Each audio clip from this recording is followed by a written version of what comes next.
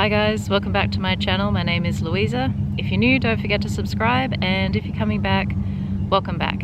And today I am out at Lake Barrington, which you can see in the background, and it's an absolutely glorious day in October. You can probably hear some engines in the background. That is because it is race day. I thought this was an appropriate location to talk about something that I saw in a newspaper article a while ago, which was that Tasmanians are apparently terrible drivers. I read that and I was like, how did they come to this conclusion? What sort of research did they do? What was it based on? Like, what kind of criteria? Because, quite frankly, I've seen worse. One of the things that I absolutely hated about living in Brisbane and the Gold Coast was not just the amount of traffic, which definitely is much less in Tasmania. There's nowhere near the same just sheer volume of cars, but also the insanity of how people drive. Half the time when you're driving in major capital cities in Australia, it seems like half the other drivers are on crack or something. I think the only moderately decent driving that I've seen in capital cities is like Perth, maybe Adelaide. Adelaide's pretty good as far as roads go. I've lived in a lot of different locations around Australia, and yeah, I would say that the craziest drivers that I've encountered were either in Melbourne or around the Gold Coast. And from the research that I've done, it seems like that actually is what is generally found when they do studies on driving in Australia, is that like Brisbane is one of the worst. So again, it really depends on what criteria they're using and where they're getting their data from and things like that. And as someone who is currently studying social research, I don't think their research for that article was based on anything accurate. That being said, Tasmania is a dangerous place to drive. If you come out here on a holiday, I really recommend getting the full insurance on any hire vehicles, just because you have no control over what's going to happen on the roads. There is a ton of wildlife, especially around dusk and dawn. So if you're traveling when the sun is setting or when you're traveling around sunrise, there's like swarms, plagues of animals all over the road. You can kind of tell that there's a lot of wildlife on the roads when you're driving during the day because there's a lot of roadkill. And it's not like Canada or places like that where the wildlife is huge, or even as big as it gets on the mainland. When I lived on mainland Australia, I mean, the kangaroos out there are massive, and if you hit them, they wreck your car. That being said, if you hit a wombat, that will wreck your car.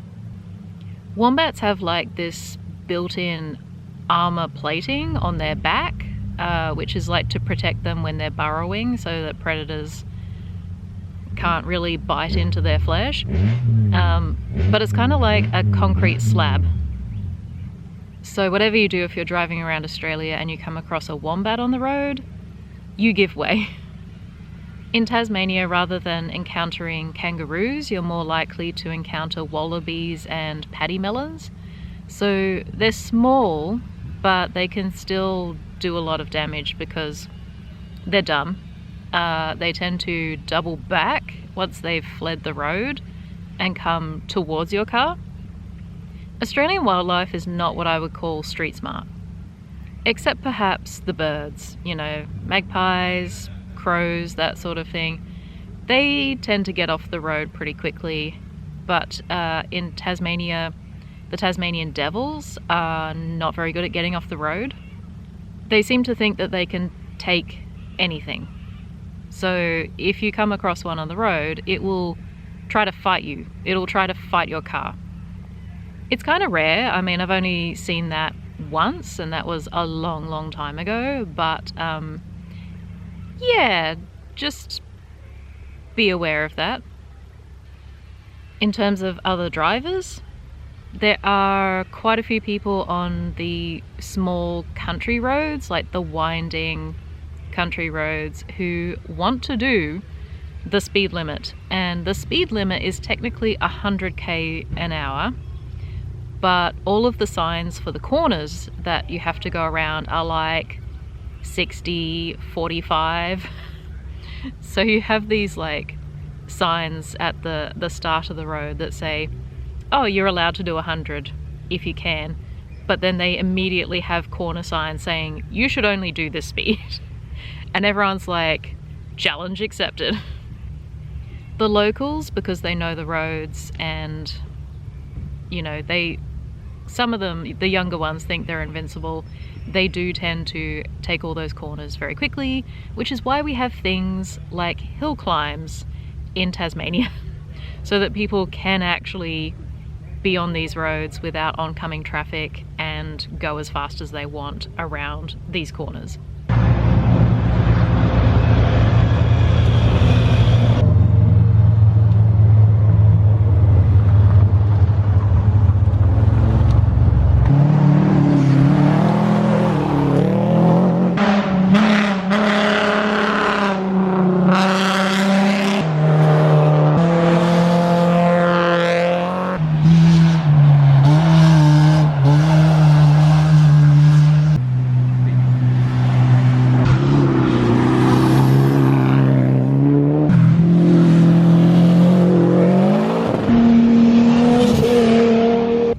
So if you're a tourist, chances are you're going to be struggling, you're going to be quite slow, and just let them overtake when they have their opportunity. One thing that was a bit of an issue in Tasmania pre-COVID was tourists actually just stopping in the middle of the road to get photos. Like not even pulling over, just stopping in a lane. And you can't see them coming around bends. They're just stopped. I don't know if that's really changed because I kind of live in a more urban area now, and back then I was sort of out in the bush a little bit. But yeah, watch out for that. In terms of urban traffic, people are generally pretty polite in Tasmania. It's something that I was not used to living in the city. People are so aggressive in cities, like major capital cities, and they're so angry all the time, and they're so impatient. And Tasmanians just have time, and they seem to not get quite as aggravated on the roads. You don't get tailgated as much here.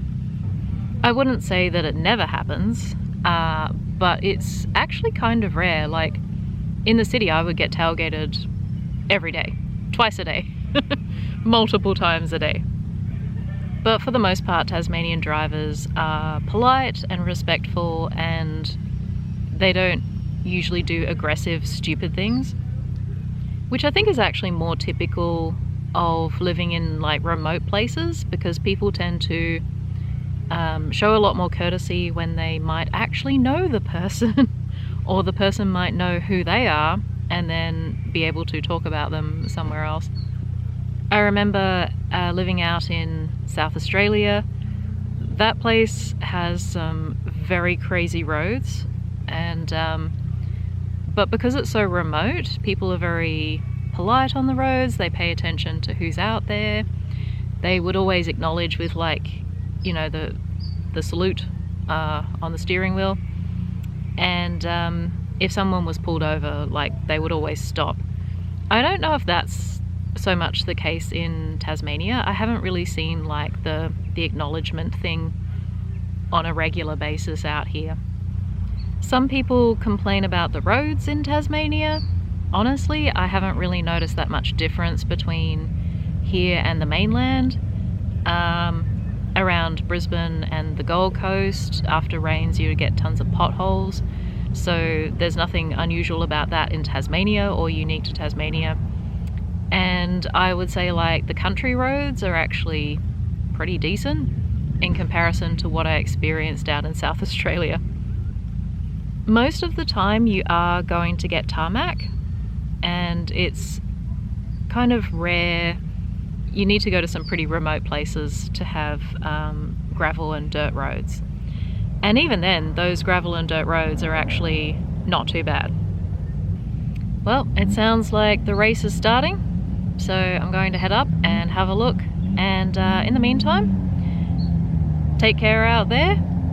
Don't believe everything you hear in the media about Tasmania, because sometimes I think it's just sensational.